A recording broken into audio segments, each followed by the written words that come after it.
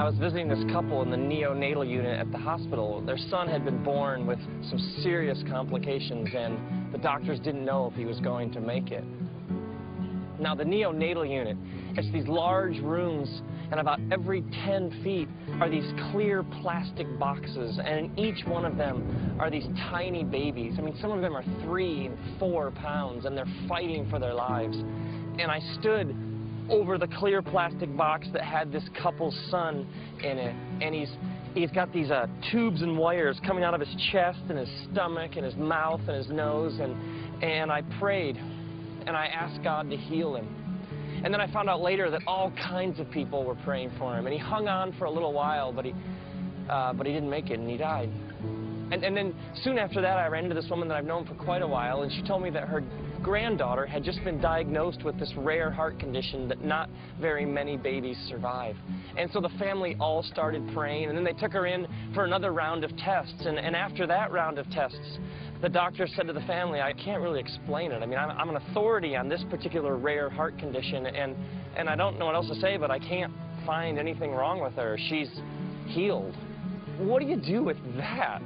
I mean, does God answer prayers? Some, but not all, or sometimes, but not all the time? Or does God always answer prayers? It just sometimes God says no. And sometimes people say, well, we prayed and then God showed up and did a miracle. Well, then where was God the rest of the time? Was God somewhere else doing something else and then apparently decided to show up here and do something that hadn't been done but should have been done, then God all of a sudden at the last minute decided to do? I mean, no wonder prayer gets confusing. And other people say, well, you just have to understand that God is going to do what God is going to do. Well, then why pray? And others say, but you don't understand, God can do anything. Well, then why doesn't he?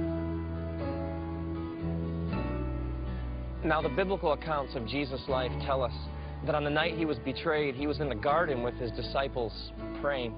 And it's in the hours leading up to his arrest, and then he's going to be tried as a criminal, and then he's going to be executed. And he's feeling the full weight of what's about to happen to him because he knew it was headed this way. So he's enduring the suffering of his coming death, and he begins to pray, and he prays, Father, if it's possible, may this cup be taken from me. Yet not what I will, but your will. He essentially likens his death to a cup that he doesn't want to drink. I mean, who would? And then he prays a little while later, if it's not possible for this cup to be taken from me, then may it be done according to your will. So in the first prayer, he essentially says, is there some way out of this? I don't really want to go through this. Is there some other plan here? And then the second prayer is more like, well, I guess this is going to happen. Nothing I can do to stop it. So I'm up for whatever you have in mind.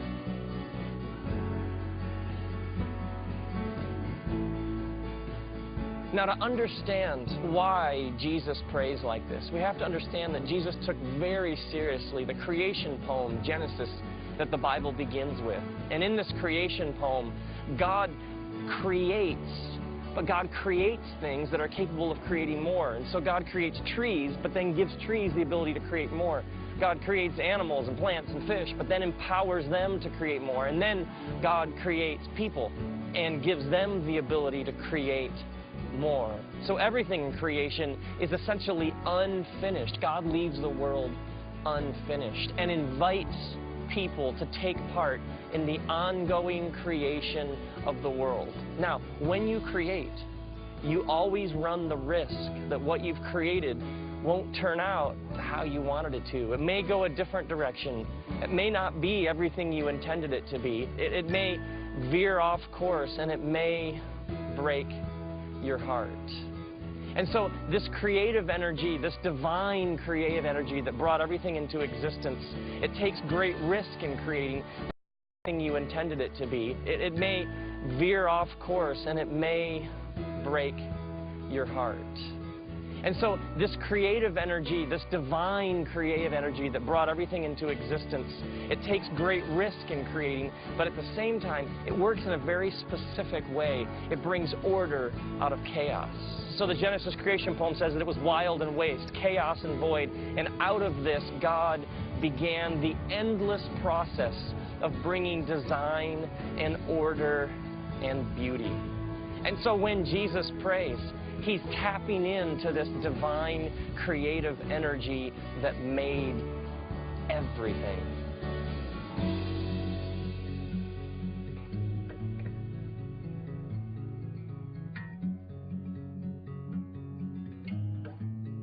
And so prayer for Jesus, it was not this passive acceptance of, well, I guess this is just how it's going to be. And it wasn't this active kind of rebellion against all dictate the future. For Jesus, prayer was being open to the God who's at work here and now.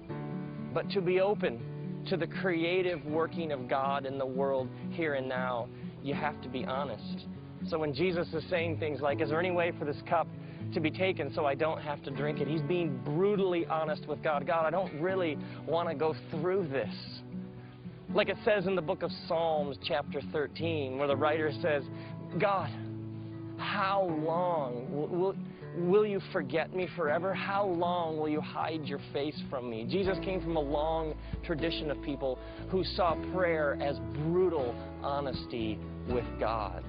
Some people think that half of the Psalms were laments, people grieving and outpouring their anguish in times of great suffering and torment, people shaking their fist at God, challenging God, doubting with God, wrestling with God, questioning God.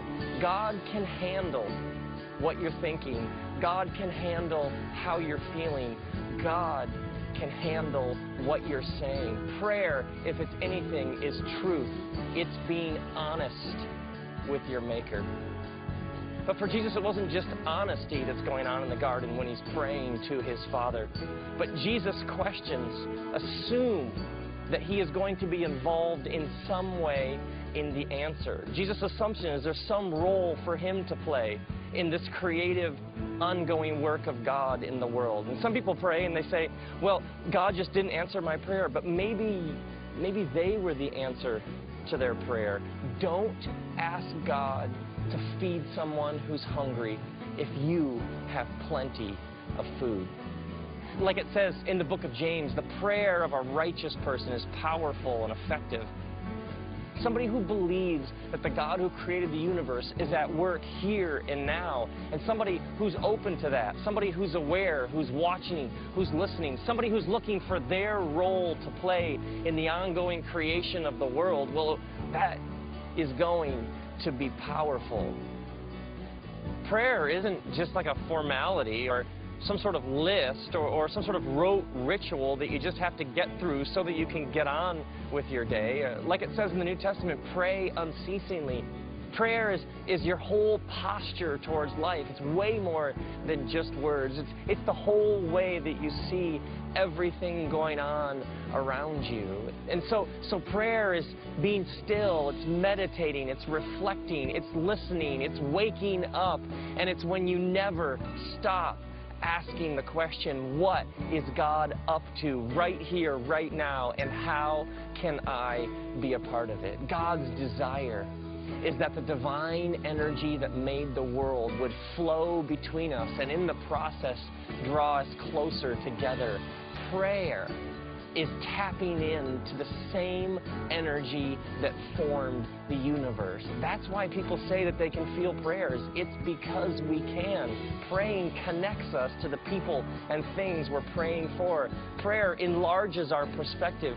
Praying gives us a bigger heart. Praying makes us feel things. Praying changes things, but prayer changes us. Praying makes us better people.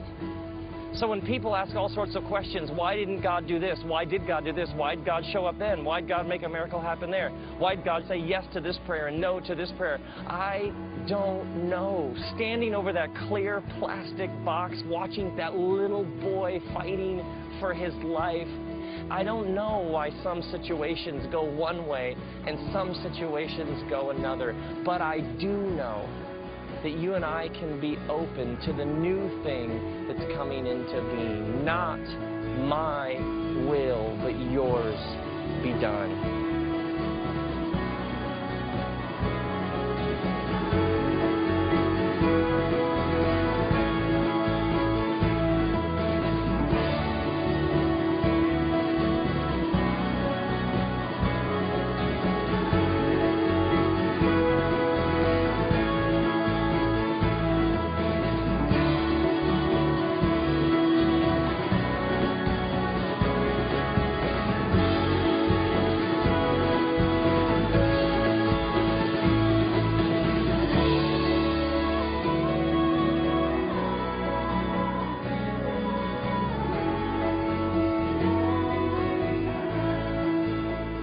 may your whole life be a prayer. And may you be honest with God as you become more and more open to your role in the ongoing creation of the world.